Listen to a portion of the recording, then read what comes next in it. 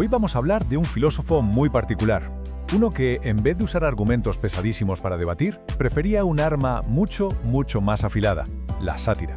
Su nombre era Timón el Silógrafo, y con su ingenio desafió ni más ni menos que la idea de una verdad absoluta. A ver, para meternos de verdad en la cabeza de Timón, primero hay que hacerse esta pregunta. Es la misma que flotaba en el ambiente de su época. Imaginen un mundo saturado de expertos, cada uno con su certeza bajo el brazo. Una certeza totalmente inquebrantable y, claro, contradictoria con la del de al lado. ¿Les suena de algo? Pues bueno, ese era el día a día en el que vivía Timón. Pensemos un momento en la época. Tras la muerte de Alejandro Magno, el mundo griego se había vuelto un auténtico campo de batalla, pero un campo de batalla de ideas. La gente andaba un poco perdida, buscando a la desesperada una filosofía, algo que les diera un poco de estabilidad, de sentido. Y es justo ahí, en medio de todo ese lío, donde empieza nuestra historia. Y aquí es donde la cosa se pone seria. Porque, ojo, no hablamos de un debate amistoso de café. Cada escuela filosófica no solo te proponía un camino, sino que te juraba y perjuraba que era el único camino posible, el verdadero. Y esto, claro, generaba una ansiedad intelectual tremenda. Por un lado teníamos a los estoicos, convencidísimos de que el universo funcionaba con una lógica de hierro. Por otro, a los epicúreos, que buscaban la paz a través de placeres muy controlados. Y, cómo no, a los platónicos, que te hablaban de un mundo de ideas perfectas. Pero todos, absolutamente todos, compartían una cosa, una arrogancia tremenda, el dogmatismo. Creían tener la respuesta final para todo. Y claro, en medio de este caos, aparece nuestro protagonista.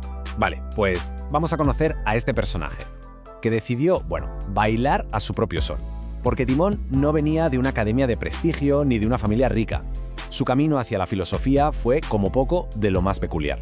Sí, como suena. Empezó su carrera como danzante profesional. Nada que ver con el típico filósofo serio y barbudo, ¿verdad? Pero su vida dio un giro radical cuando conoció a Pirrón de Elis, el fundador del escepticismo. Timón vio en sus enseñanzas una auténtica liberación y se dedicó en cuerpo y alma a difundirlas, mudándose a Atenas, que era, el centro de todo el debate filosófico. Y esta cita nos da una idea buenísima de cómo era. A Timón no le iba el rollo de la fama ni de crear una secta a su alrededor. Las fuentes nos cuentan que le encantaban los jardines y la soledad. No buscaba seguidores, para nada. Lo que buscaba era esa tranquilidad que su propia filosofía le prometía. Tenía una mala leche legendaria, un ingenio afiladísimo, y lo mejor es que era capaz de reírse de sí mismo.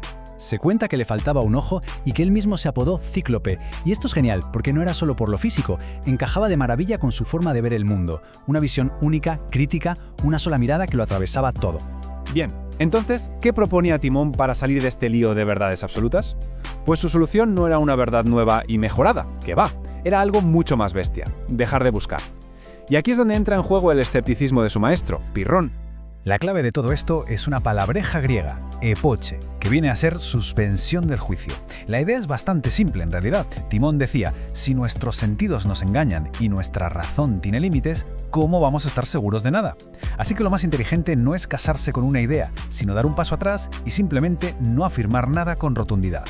Y todo esto de la epoqué, ¿para qué? Pues para llegar a otra palabra clave, ataraxia, o sea, la tranquilidad del alma, una paz interior profunda. Según Timón, toda nuestra ansiedad nace de esa frustración de buscar algo que no podemos encontrar, la verdad con mayúsculas. Si abandonas esa búsqueda que no lleva a ninguna parte, el alma, por fin, descansa. Es un poco como lo que se busca hoy con el mindfulness o, apagando el móvil un rato, ¿no?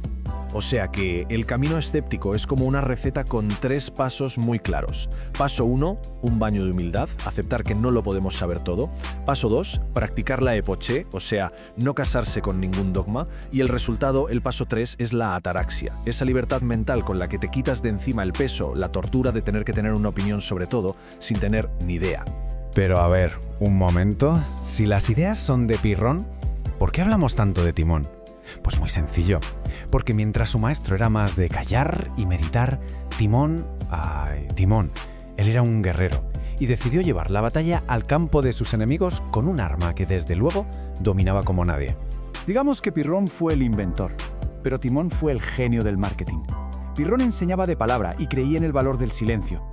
Timón, en cambio, cogió todas esas ideas, las puso por escrito y las convirtió en un arma. Poesía afilada, sátira pura y dura, algo que pudiera competir de tú a tú en el mercado de las ideas de Atenas. Y de ahí le viene su mote, claro, Timón el Silógrafo, el que escribe Siloi. Pero estos poemas no eran chistes sin más, ¿qué va? Eran una estrategia filosófica en toda regla, diseñados para hacer saltar por los aires la arrogancia de sus rivales. Lo que hizo fue parodiar los grandes poemas épicos, como los de Homero, pero convirtiendo a los filósofos más famosos en personajes totalmente ridículos. Es una pena que solo tengamos trocitos, porque, por lo que sabemos, los Siloi debían de ser una pasada. Imagínense la escena. Timón literalmente pescando filósofos con una caña, o bajando al inframundo solo para reírse de los grandes pensadores en su propia cara. Y no se cortaba un pelo, ¿eh? Sus víctimas favoritas eran los jefes de las escuelas rivales, como Zenón el Estoico y Epicuro. Eso sí, a su maestro Pirrón lo dejaba por las nubes, como el único sabio de verdad. Y aunque la mayor parte de sus libros se perdieron con el tiempo, su impacto fue brutal. Y ese eco de su duda, de su risa, todavía se oye hoy. Vamos a decirlo claro. Sin Timón, probablemente hoy no sabríamos casi nada de Pirrón y su escepticismo. Él fue quien lo apuntó todo, pero no solo eso, le dio garra, le dio una forma literaria y combativa que hizo que sobreviviera. Fue el que convirtió la duda en un arte. Y gracias a él, el escepticismo se puso en el mapa como una de las grandes escuelas de la época. Y con esto volvemos al principio. Porque, a ver, en la era que vivimos, con las fake news, las redes sociales que nos encierran en nuestras propias ideas, esa gente que grita sus verdades a los cuatro vientos, la propuesta de Timón resuena muchísimo, ¿no? Esa llamada a la calma, a la humildad intelectual, nos toca muy de cerca. Y la pregunta final que nos deja flotando en el aire es esa. ¿Es esta actitud escéptica una forma de liberación o es solo una excusa para no mojarse? Ahí queda eso para darle una vuelta.